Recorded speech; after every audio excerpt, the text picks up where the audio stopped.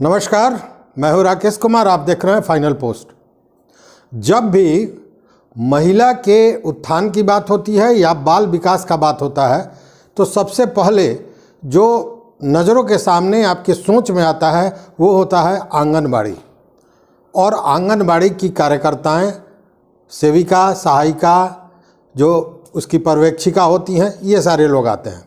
Covid के समय में भी ये देखा गया था कि टीकाकरण में इनकी कितनी महती भूमिका थी। उतना ही नहीं, किसी भी तरह का स्वास्थ्य से संबंधित मामला हो, वैक्सीनेशन का मामला हो, या कितने बच्चे जन्म ले रहे हैं, कितनी महिलाएं गर्भ धारण कर रही हैं, कितनी माताएं दूध पिलाने वाली हैं, इन सारे चीज़ों का लेखा जोखा आंगनबाड़ी के पास होता है। मतलब इनकी भूमिका बहुत बड़ी है इस क्षेत्र में, लेकिन कहीं ना कहीं शुरू से ही इन्हें नज़रअंदाज किया जा रहा है। अगर देखें तो आंगनबाड़ी कार्यकर्ताओं को जो मानदेय दिया जा रहा है, एक तो पहले जान लें कि ये निविदा पर हैं, इनकी जो सेवा है वो स्थायी नहीं है, और इनको जो मानदेय दिया जा रहा है वो, अगर हम बिहार की बात करें तो जो न्यूनतम मजदूरी अकुशल मजदूरों के लिए तय है उसका भी आधा से कम है। जी हाँ, और ये स्थिति लगभग पूरे भारत में है, लेकिन यूपी और बिहार इसमें सबसे फिसड्डी है, सबसे पीछे है। अगर एक नज़र हम डालें तो हिमाचल प्रदेश में आंगनवाड़ी कार्यकर्ताओं को 7300 रुपये दिए जा रहे हैं। हरियाणा में सबसे ज़्यादा 12,661 रुपये सेविका का मानदेय है।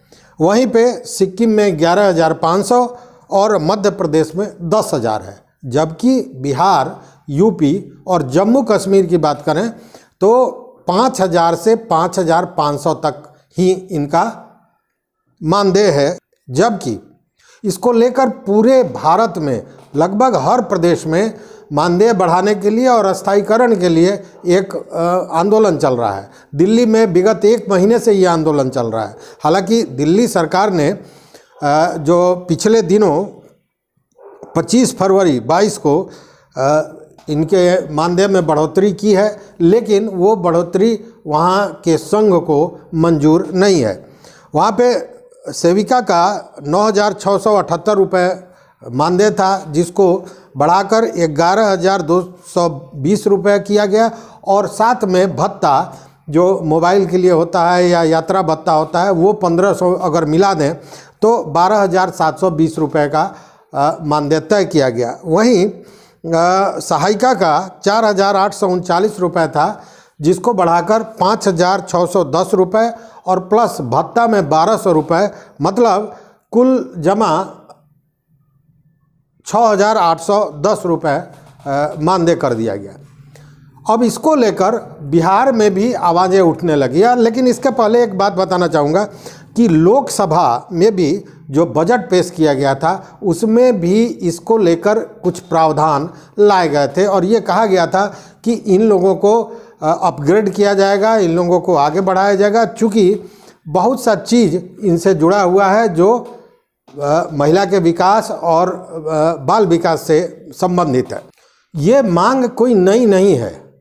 लोकसभा में भी इस तरह की मांग अजय टोनी मिश्रा, जो खीरी उत्तर प्रदेश के सांसद हैं, उन्होंने 12 फरवरी 2021 को इसकी मांग की थी, और उन्होंने कहा था कि जिस तरह का काम उनसे लिया जा रहा है उस तरह का उनको मानदेय नहीं दिया जा रहा है, इसलिए उनका मानदेय बढ़ाना चाहिए। माननीय मंत्री जी से यही अनुरोध करूंगा कि उनकी सेवाओं को देखते हुए जो 4,500 रुपये का हमारी जो मुख्य कार्यकर्ता होती हैं उनको मिल रहा है, मैं समझता हूं कि राज्य सरकार का भी उसमें योगदान होता है, लेकिन अपनी तरफ से आप अगर इस तरह का कोई प्राविधान करेंगी जिससे आंगनवाड़ी की जो हमारी सहायक बहनें हैं उनको कम से कम 10,000 रुपये तक का मानदेय अगर मिल सके तो ये एक बहुत अच्छा, उनके लिए एक तरह से एक अच्छा मानदेय होगा।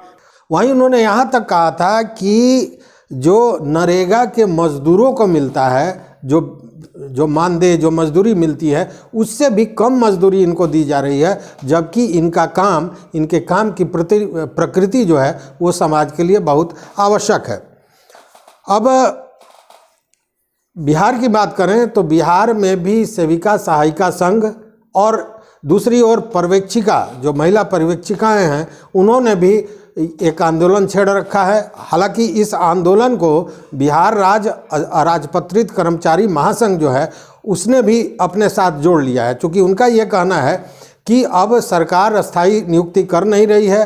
अस्थायी नियुक्ति मतलब संविदा पर या टेंडर करके लोगों को काम के लिए सेवा के लिए रख रही है। ऐसे में उन लोगों की भी लड़ाई महासंघ लड़ेगा और इनको भी अपने साथ जोड़ लिया है।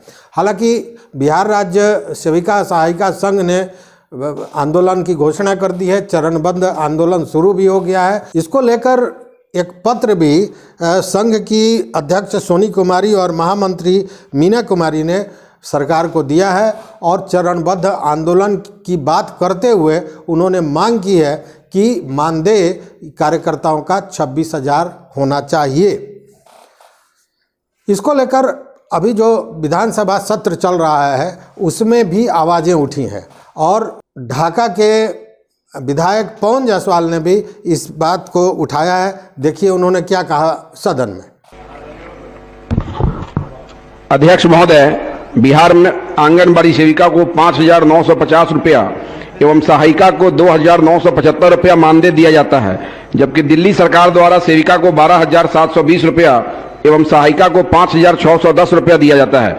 मैं राज्य सरकार से दिल्ली की तर्ज पर बिहार में सेविका को 12,720 रुपया एवं सहायिका को 5,610 रुपया मानदेय देने की मांग करता हूं। श्री महबूब आलम। उन्होंने दिल्ली में आंगनबाड़ी कार्यकर्ताओं का जो मानदेय बढ़ाया गया है उसको कोट करते हुए कहा कि बिहार में भी 12,720 रुपया सेविका का और 5,610 रुपये सहायिका का मानदेय होना चाहिए। उन्होंने मांग सरकार से की है। ऐसा नहीं है कि ये पहली बार मांग हुआ है, इसके पहले भी तेज बहादुर सिंह जो विधायक हैं उन्होंने इसकी मांग की थी मार्च 21 में। मतलब ये मांग लंबे समय से चल रही है, लेकिन सरकार इस पर अभी तक कुछ उस तरह का पॉजिटिव फैसला नहीं ले सकी है। इधर पर्यवेक्षिकाओं की बात करें तो पर्यवेक्षिका को भी बिहार में जो मानदेय मिलता है वो भारत में सबसे कम मानदेय है। इसको भी लेकर पर्यवेक्षिकाओं ने बात की है, कोर्ट में भी केस हुआ था और इसको लेकर सरकार ने कुछ नीति भी बनाई थी। कुछ बातें बाहर आई थी जो अपुष्ट है कि इन लोगों का वेतन बढ़ाने की बात हुई है नीचे से, मतलब मंत्री स्तर पर जाने के बाद ये मामला रुका हुआ है, जबकि नीचे से विभाग द्वारा इनके वेतन को बढ़ाने का मामला सामने लाया गया है और इस पर काम चल रहा है। लेकिन भीतर की बात है, ये चूँकि ये अपुष्ट है इसलिए हम इसकी पुष्टि नहीं कर सकते हैं इस तरह की बात की। लेकिन एक बात तो तय है कि ये जो संघर्ष है, ये जो आंदोलन है, ये निरंतर जारी है और इसको लेकर पूरे भारत में एकजुटता बनती जा रही है।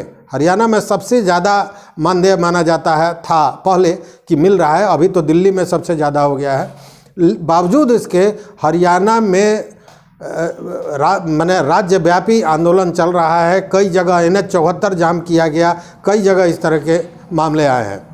तो आगे क्या होता है इस पर फिर हम आपको अपडेट करते रहेंगे। बहुत बहुत धन्यवाद, नमस्कार।